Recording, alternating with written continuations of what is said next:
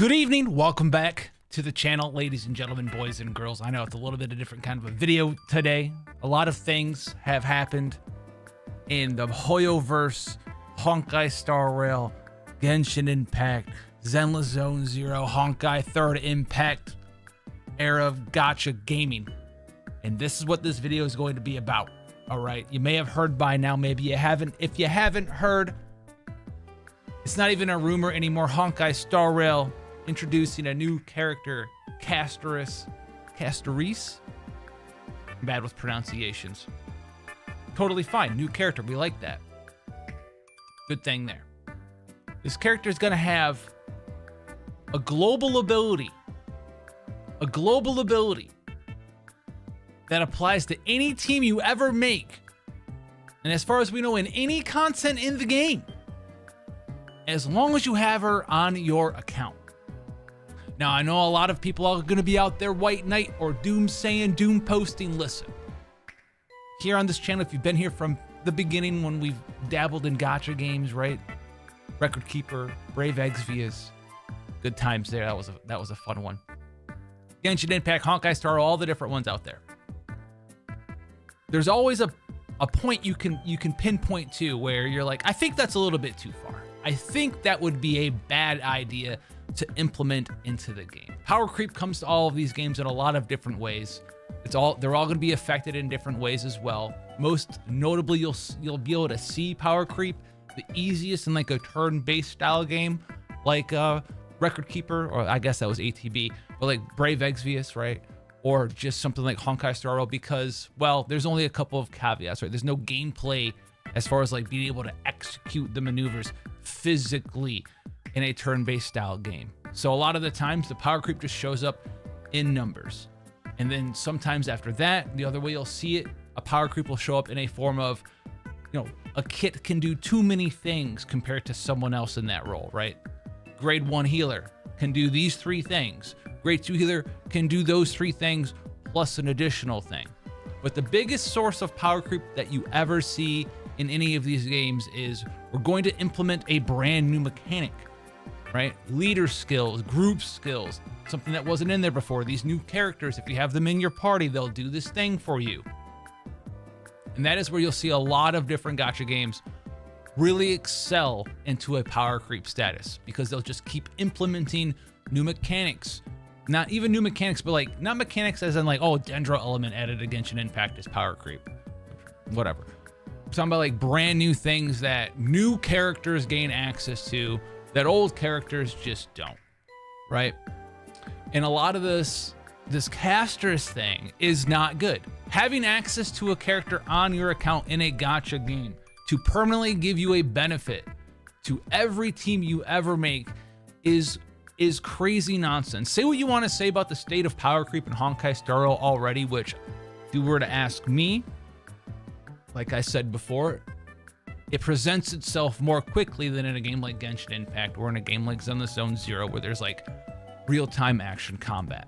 When it comes down to just numbers, speed, HP, defense, you're gonna see power creep faster and faster and faster, especially if the developers of that game also increase the necessity to do more damage and take more damage and be faster based on the different bosses that are released or the content that's developed. Usually you'll see power creep in 2 forms: characters and content.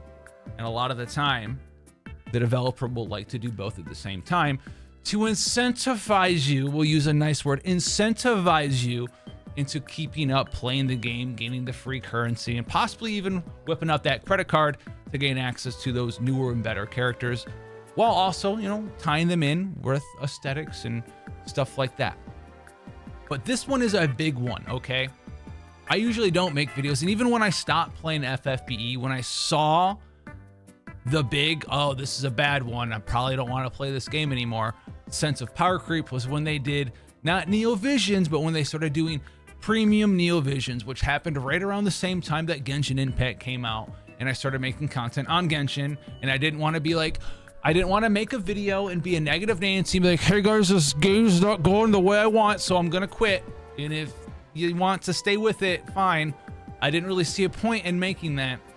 But since, you know, we renamed the channel to Gacha Josh, even though I don't know if I want to do that anymore based on what's going on here, this Castorice one is a big deal. It's not even that the ability itself is inherently overpowered, which, in case you don't know what it does, it's a passive that exists on your account.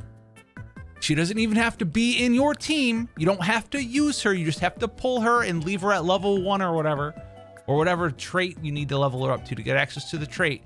Where if someone would be KO'd, or if multiple people would be KO'd, she'll bring them back and you can heal them, or you can have them do something if they get hit again before you affect them in a positive manner. They'll permanently be gone. Basically, it's kind of like having like a garbage Bayou passive, you know, a Bailu who will like heal someone one time, bring them back from the dead. Yeah, think about having access to like a slightly weaker version of that. But you don't have to actually have Bayou. Why do you keep saying Bayou? I'm playing Magic the Gathering, too many green black lands. Bailu in your party. You don't have to. You just have to pull Castorice, have her on your account. Is that inherently overpowered and bad? You could make an argument for yeah. But the real problem there with this is that it now incentivizes the developer to continue to make characters that do that. That just give you a benefit and have them stack infinitely. What if the next one's like all your characters, even if they're like bad, right? Even if every character came out with this passive, if you have this character on your account, all of your characters in every content that you do, no matter what party it is, they get plus 10% attack, plus 10% HP, or plus 10% crit, or plus 10% crit damage. Attach that to every character that comes out in Honkai Star Rail forever, and all of a sudden it's like, well, I got them all, so all of my characters get plus 50% health, plus 50% attack, plus 50% speed, plus 50% crit damage, and plus 25% crit chance. Better get all of those 20 characters, even if you don't want to use them. And then why is that a problem, you may ask? Well, why is that a problem? Remember, 10 seconds ago, in case you skipped the video, or I don't know, a minute and a half ago, power creep comes in 2 waves. Characters with the numbers and what they can do in their kits. And this would align into, it's a new thing that new characters have in their kits in the content that those characters are used in. And they'll run their numbers. They'll see, you know, X% of the player base has access to X% of the characters and X% of the passives. And we'll design, you know, our damage thresholds and HP thresholds based around the middling range of what most players should have at this point in time. Well, if you're not collecting all of the characters because you're a free-to-play player, right, and you're trying to pinpoint specific, you know, characters for your teams that you want to make, which Honkai Star Rail does already, but then you start missing out on these new characters that have global-wide passives for being on your account. As the content is scaled accordingly to most players having that, and you don't, you're going to have a harder and harder and harder time making use of the characters that you want to play with. Maybe you'll have, you know, the meta team or whatever, but you're missing out on these 3-4 global passives. So it's a little bit harder of a time for you there. And at the end of the day, I don't really see a positive in having this sort of precedent set in any gacha game, not even just Honkai Star Rail, this precedent set of gaining permanent power no matter what you do for just having the character on your account. Some sort of like checkbox, right? Like we're playing Pokemon, collecting every Pokemon in the Pokedex, and every time we collect a Pokemon, we get 1% stronger, even if we don't use them. That's a little weird. Like collections for collection's sake.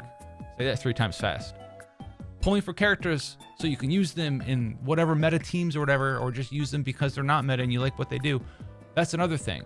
But setting the precedent of, well, we have the ability to release characters with broken global passives isn't going to sit very well with me. I don't like this at all. And you might argue like, oh, well, what if none of the passives are good? Then why institute that mechanic in the first place? Why do that at all as a developer? Yeah, we're going to spend a resource and development time coming up with this new, intricate, global passive that'll incentivize you for pulling for characters. But don't worry. We're going to make them all dog shit. Don't worry. Trust us. Trust us. We're gonna start changing the ways, the amount of abilities that characters have and stuff, but trust us. It's a new thing, I get it. We're going to make them all bad, you won't want them. I don't believe that for a second. And even if that was true, I don't believe in this day and age that mistakes can't be made. Oh, well, you know what? We tried to make it bad. We didn't think it was gonna be that good, and it was crazy good. Oh, we did that mistake 3 or 4 times. That's wild. And I'm not even speaking specifically about MiHoYo as a developer here or the team working on Honkai Star Rail with this Castorice thing. That sort of design philosophy happens in so many different games, not even just video games, card games as well. Oops, we made this card and we didn't think it was gonna be that good.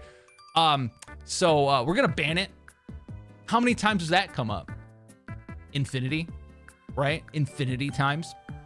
So that's the whole thing. This whole Castorice special ability global thing really, really, really has made me take a step back and go, I wanted to go super all in on Gacha Games periods where we renamed the channel. Genshin, you know, do Honkai Star Rail, we got some of that stuff out as well. And now I'm just like, dude, I'm gonna go play Monster Hunter. I'm gonna rename the channel to It's Just Josh real soon. I'm just gonna become a Monster Hunter aficionado. I'm over all this drama sort of garbage. And here's another thing about the Honkai Star Rail specific situation. Word on the street, if you've played some other gacha games before, another red flag for me is spending events, right? I think Tower Fantasy, say what you want about the game. I liked it when it came out. I played it for a little bit. I didn't stick with it very long though, because one of the first things in the first couple of months they did 2 things. They sped up the rate at which banners were released with no breaks, which was crazy. And then they had these spending events where it's, if you buy X amount of currency within X amount of time, like during this banner period or whatever, you get bonuses, which is like, fine, I get it. Reward your spenders or whatever. But those sort of things are always like red flags whenever I've played a gacha game. It almost never turns out like super well afterwards. Not to say that like having good packs in a game like Epic 7 or something every once in a while is a red flag, but it's specifically like the spending events where it's like you give us money, we don't give you anything beneficial, right? Like $100 is still like whatever Primo Gems or Genesis Crystals or whatever Honkai Star Rail uses, I forget off the top of my head. You'll still spend and receive the same amount. But if you give us enough money to hit a threshold, we'll just give you a little bit of a bonus reward of like, I don't know what it's going to be possibly. The thing that I saw likened it to like Honkai Third Impact sort of spending events, stuff like that of that nature, where instead of the developers maybe seeing, oh, there's like a deficit in our players wanting to spend on each banner, instead of incentivizing them by making the banners cost less or giving free rewards to anyone that pulls on the banner with any kind of currency, it's nope, specifically only if you pay us money during this specific time period, which is what every normal banner is, by the way, right? You'll get this little small bonus, this little small token of our appreciation. And it doesn't inherently mean that that game's going to be a bad game, but every game I've ever played that sort of mechanic was introduced, it did not turn out to be a very good experience, minimum like a couple of years later. So those 2 things combined make me go like, dude, I'm not sure if that's really the road you want to go down here, Honkai Star Rail. I'm not really sure about that. I've been quite busy though. If you're a normal person here at the channel, you might see that we've uploaded a couple of things. I'm working on some other stuff, and I've been playing a lot of Monster Hunter. And if this gacha game drama stuff goes the way that it might just continue to go, which is down the drain, I don't know if I want to promote this kind of degeneracy anymore. I'm gonna go play Wuthering Waves. I'm gonna go play Monster Hunter, and I'm not sure. Tell me how you feel about everything we talked about, and I'll catch you guys in the next one. Take care, guys.